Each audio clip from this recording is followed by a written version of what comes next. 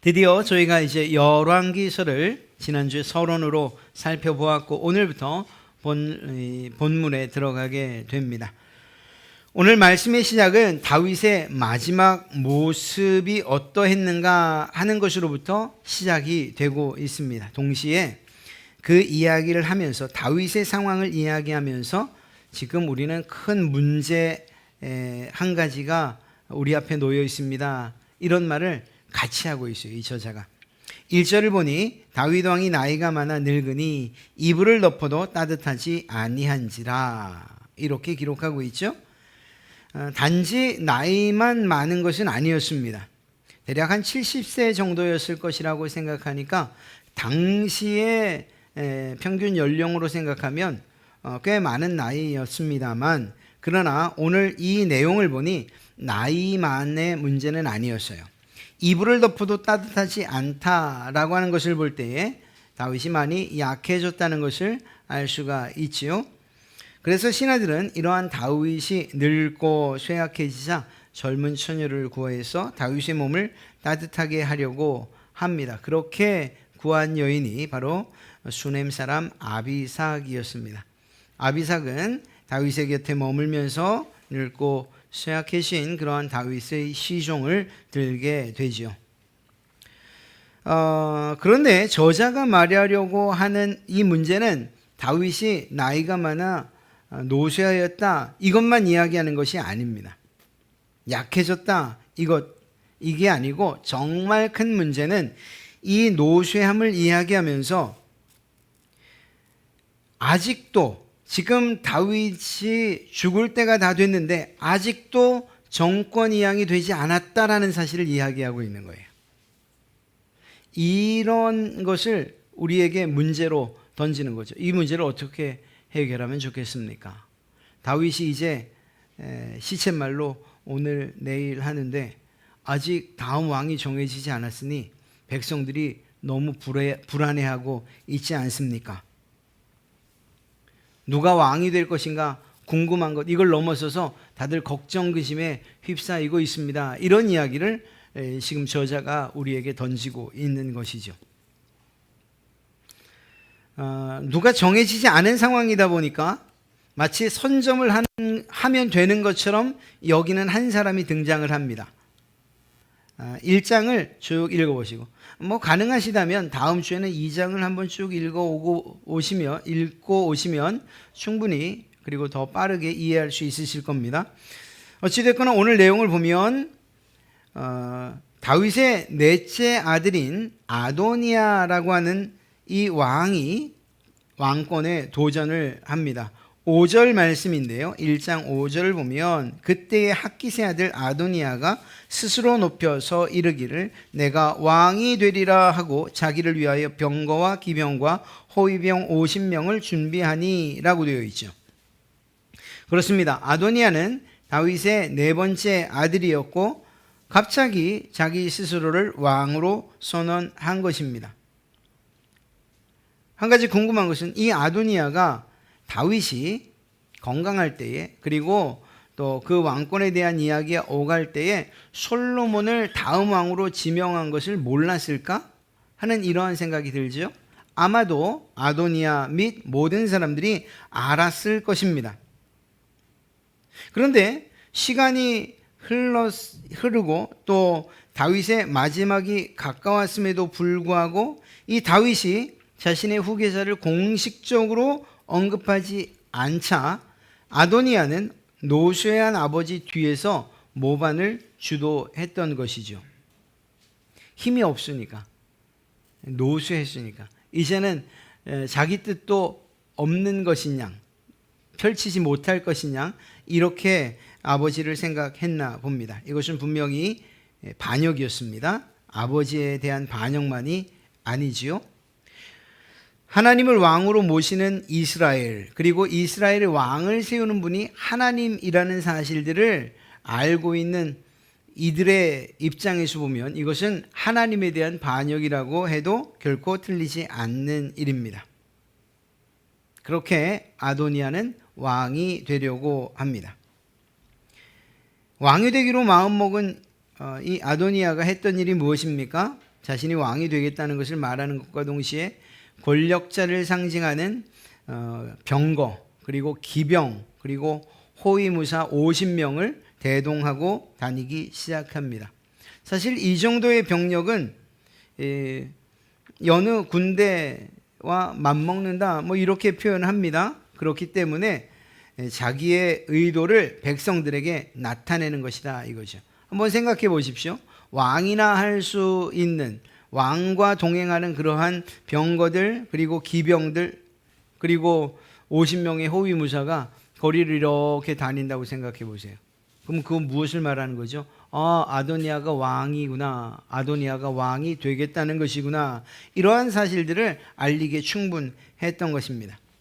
실제로 얼마 지나지 않아서 세력을 규합한 이 아도니아가 예루살렘에서 조금 떨어진 곳에서 잔치를 계획하죠.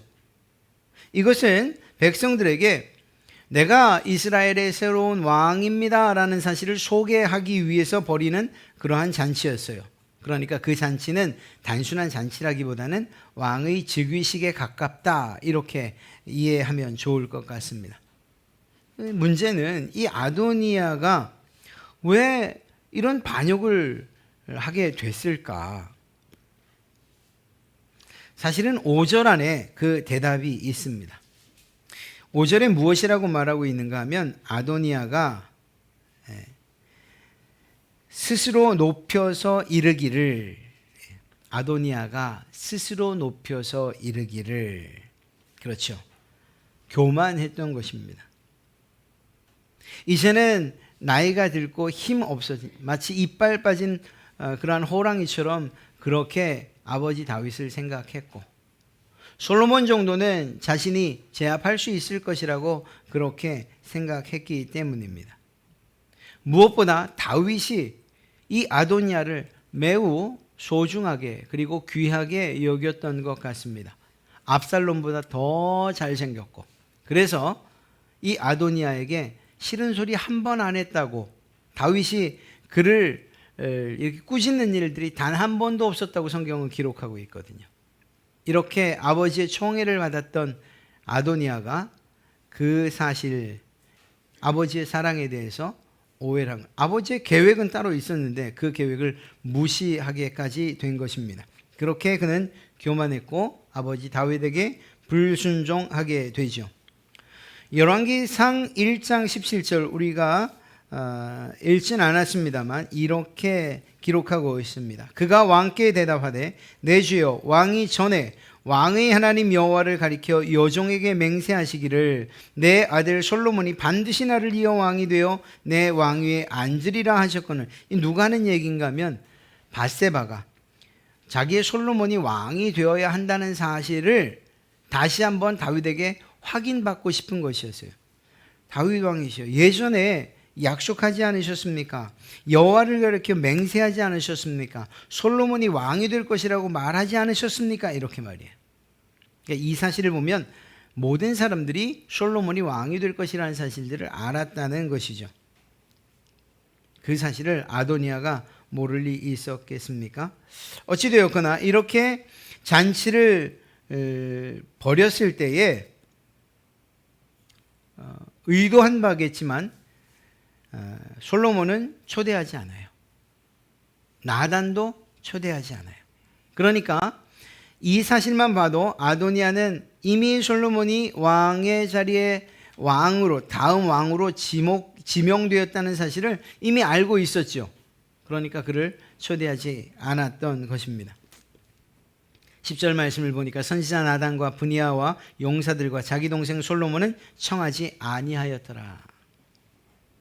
이런 모든 상황을 정리해보면 아도니아는 다윗의 뜻을 분명히 알았습니다. 그런데 아버지의 노쇠함을 이유로 일부러 듣지 않고 그리고 거역했던 거죠. 불순종했던 것입니다.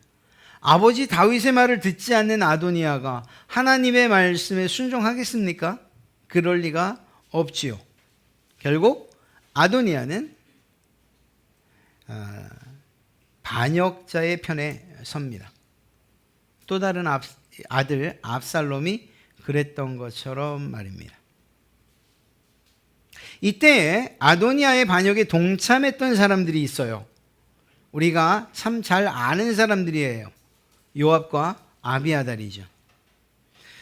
요압은 이미 우리가 아는 바처럼 정말 기회주의적인 그런 사람이에요. 지지난주에 우리가 살펴봤던 것처럼 자신의 동생의 원한을 갚겠다고 아브넬을 살해하죠. 그런데 이로 인해서 다윗은 아주 난감한 처지에 놓이게 돼요. 그러니까 왕이야 난감해지던 난처해지던 이게 상관없어요. 자기의 개인적인 복수만 하면 된다고 그렇게 생각했던 것, 그것이 압살롬이에요.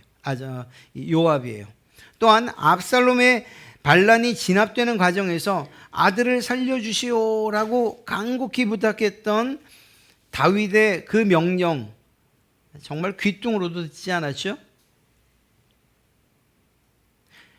압살롬을 발견한 병사는 살려줘야 된다고 하는데, 그런데 요압이 무참히 이 압살롬을 살해합니다.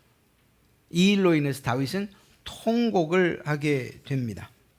압살롬의 반란이 끝난 이후에 다윗은 이 압살롬의 총사령관이었던 아마사를 자기의 총사령관으로 임명합니다. 그런데 이게 또 그냥 속이 뒤틀리는 일이 됐어요. 자기를 버리고 적군의 총사령관이었던 아마사를 자기의 자리에 앉히니까, 그래서 결국 요압은 이 아마사까지도 살해합니다. 자기의 개인적인 욕심, 그리고 또 그 앞길을 가로막는다 생각하면 그 혈기, 그리고 그 불같은 성격으로 모두 처단하는 이런 사람이 바로 요압이었어요. 그런데 문제는 무엇인가 하면 이러한 개인적인 일들 때문에, 요압의 개인적인 성향 때문에 누가 지금 엄청난 피해를 보고 있느냐? 다윗이 아주 난감하고 난처한 상황에 처하게 된 때가 한두 번이 아닌 거예요. 이런 상황이다 보니까 다윗은 요압을 더 이상 신뢰하고 또 자기의 군 사령관으로 둘 수 없었던 거죠.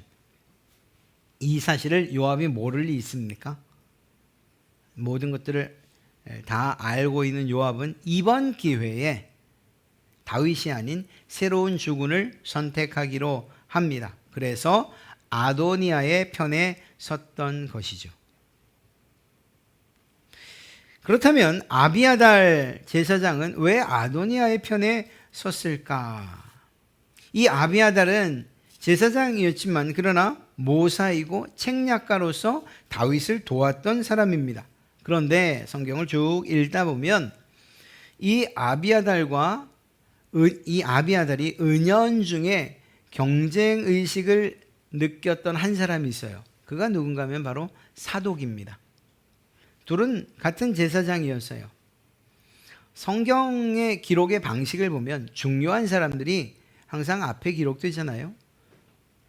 이름을 기록할 때 보니 사독이 항상 앞인 거예요. 항상. 이 둘은 조상은 같아요. 바로 대제사장 아론이 이들의 조상이었어요.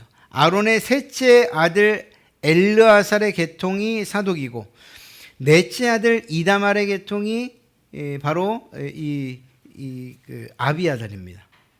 같은 가문, 그리고 같은 이러한 가족, 친지라고 할 수 있는데 이 둘 사이에서 보이지 않는 경쟁심이 있었던 거죠.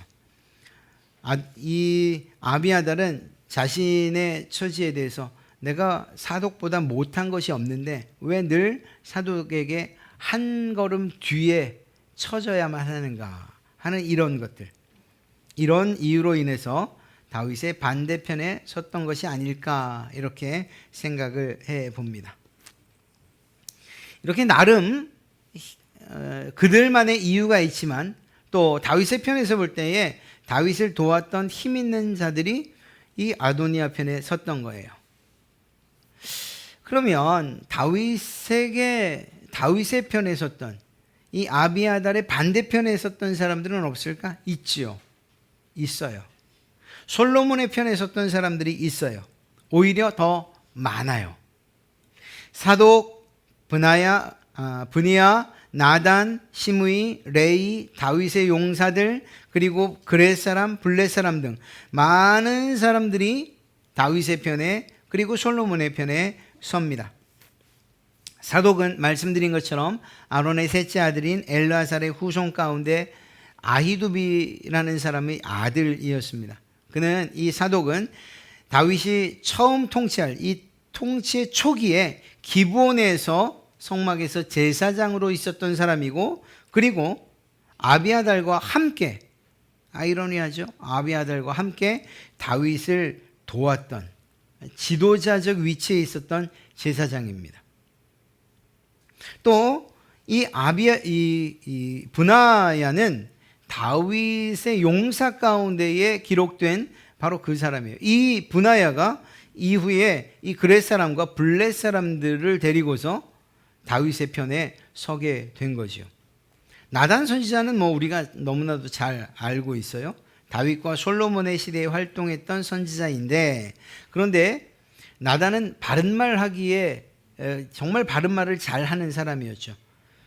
이 다윗이 성전 건축을 하겠다고 하니까 즉흥적으로 정말 잘 결정하셨습니다. 하나님도 기뻐하실 것입니다 라고 했지만, 그날 밤에 하나님께서 아닌데, 다윗이 지을 건 아닌데 다윗은 성전을 짓지 못할 거야 라는 이러한 나름 다윗에게 절망적인 대답을 주셨을 때에 그 사실을 가감없이 가서 말하죠. 하나님께서 다윗 왕 당신이 성전을 짓지 못할 것이라고 말씀하셨습니다. 물론 다윗과 이 나단의 관계가 굉장히 좋아서 이렇게 말했는지도 모르지만, 하여간 하나님의 말씀을 스스럼 없이 전하는, 밧세바 사건 때도 마찬가지죠. 당신이 바로 그 사람입니다. 왕을 향해서 이렇게 이야기할 수 있는 나단 선지자, 그가 다윗의 편에 있었어요. 그리고 시므이나 레이에 관해서는 정확히 알 수 없습니다만 다윗 편에 있었다는 것을 기록해야 할 만큼 중요한 사람이었던 것 같기는 합니다. 다윗의 용사들도, 그리고 그렛 사람, 블렛 사람들은 처음부터 다윗에게 충성을 맹세했던 무리들이었고, 그들이 역시 솔로몬의 편에 서게 되죠.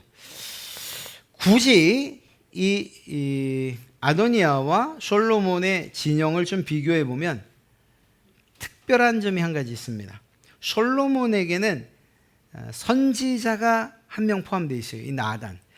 이 당시에 선지자는 어떤 역할을 했죠? 하나님의 말씀을 그대로 전달하는 역할, 그러니까 하나님의 뜻을 전하는 역할을 바로 선지자가 했는데, 안타깝게도 이 아도니아 편에는 하나님의 뜻을 전하는 사람이 없었어요.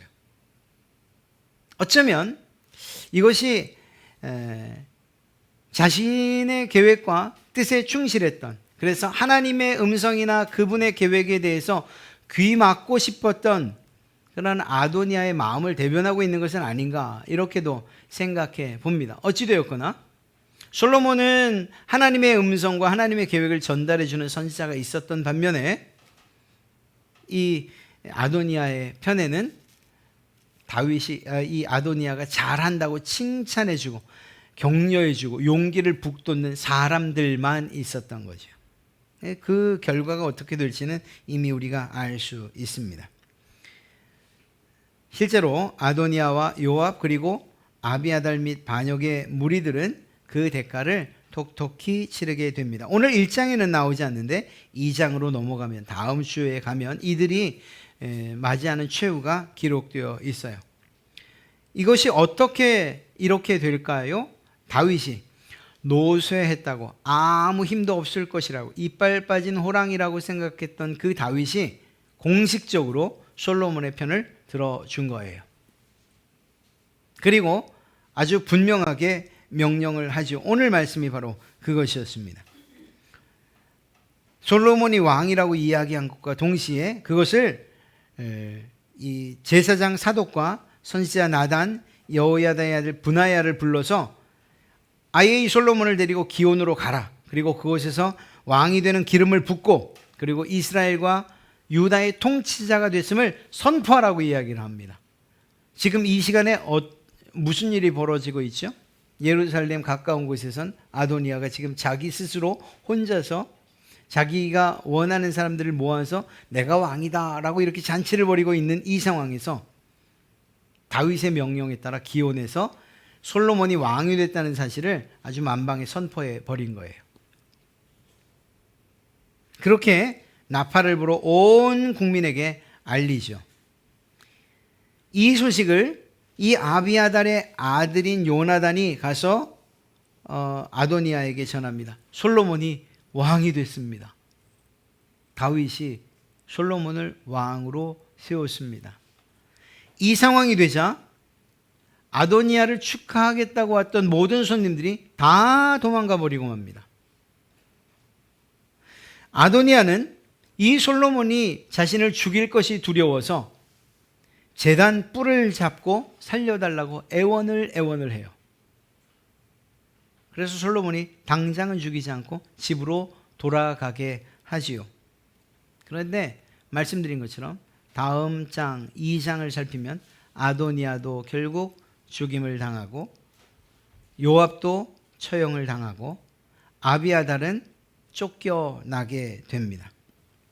제사장식군을 파면당한 채 그렇게 쫓겨나게 되죠.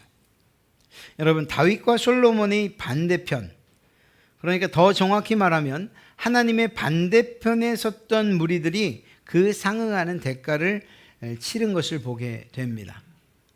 정의와 하나님의 공의가 실현된 것이라고 말할 수 있습니다. 사랑하는 성도 여러분, 솔로몬이 이 말씀을 읽다 보니 솔로몬이 고개를 들어서 여러분과 저에게 던지는 질문, 그 질문이 들리지 않습니까? 솔로몬이 말합니다. 여러분은 어느 편에 서시겠습니까?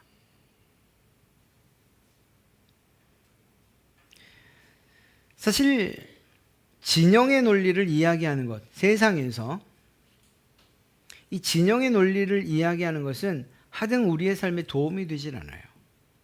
이미 우리가 몸으로 체험하고 있잖아요. 체험.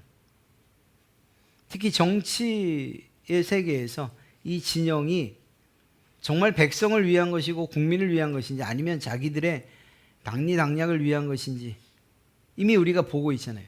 세상에서의 진영은 그 진영에 속한 사람들의 유익을 따라서 움직이고 싸우기 마련이에요. 그래서 우린 그것들은 별로 중요하게 생각하지 않습니다. 교회 안에 다양한 사람들이 있을 수 있고 다양한 생각이나 사상이 있을 수 있고 또한 서로 다른 진영의 사람들이 있을 수 있어요.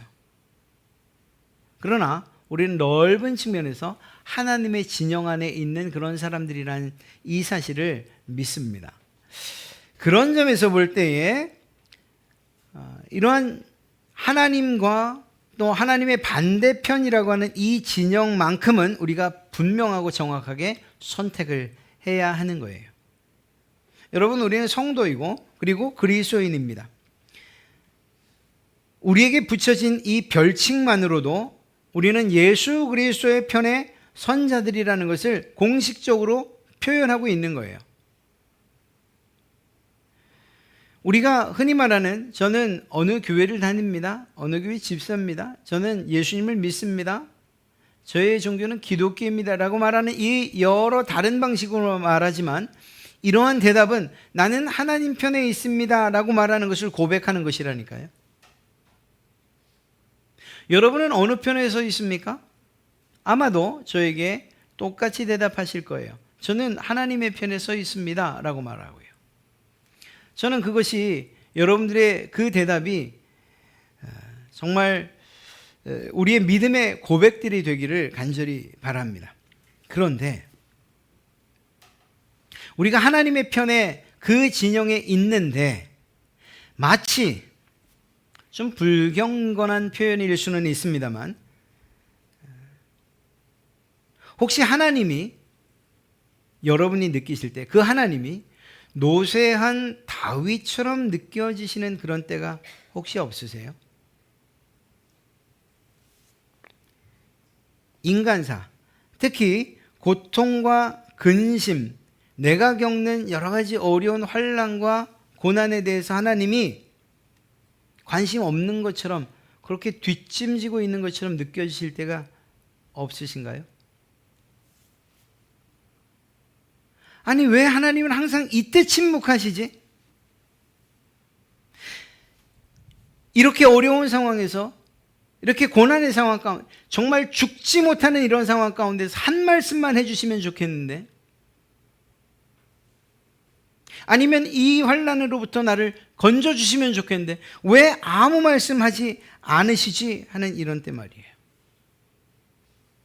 분명 하나님의 자녀, 영원한 왕의 자녀라는 이 사실에 대해서 내가 확신하고 있음에도 불구하고 내 삶 가운데서는 하나님의 자녀됨, 하나님의 백성됨, 하나님의 도우심, 하나님의 인도하심 이런 것들을 전혀 느끼지 못할 때, 이런 때가 있지 않으신가 하는 거예요. 욥기를 읽다 보면 심한 고통 가운데서 욥이 하나님을 찾다가 지쳐 외치는 그러한 장면이 있습니다. 욥이 이렇게 말합니다. 내가 앞으로 가도 그가 아니 계시고 뒤로 가도 보이지 아니하며 그가 왼편에서 일하시나 내가 만날 수 없고 그가 오른편으로 돌이키시나 배울 수 없구나. 내가 하나님의 자녀임에도 불구하고 이 고통과 이 흑암 가운데 홀로 떨어져 있는 것처럼 느낄 때, 그런 때가 있지 않으십니까? 하나님이 여러분의 부르짖음에 아무 대답하지 아니하시고 침묵하시는 것처럼 느껴질 때가 있지 않느냐는 거예요.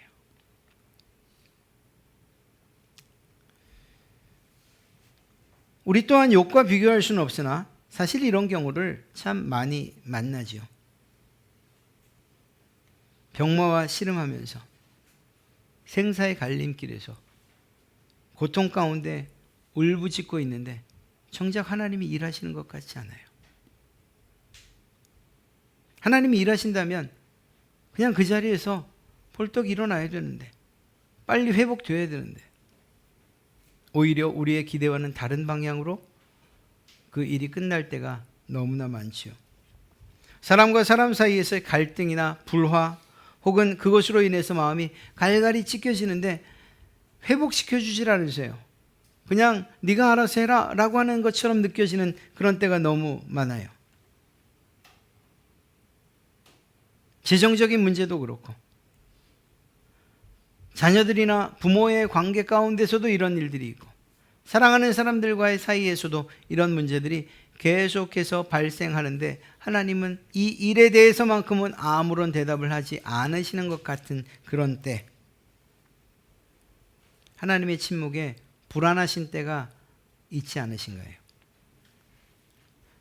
사랑하는 성도 여러분, 그럼에도 불구하고 오늘 솔로몬은 이렇게 이야기하고 있어요.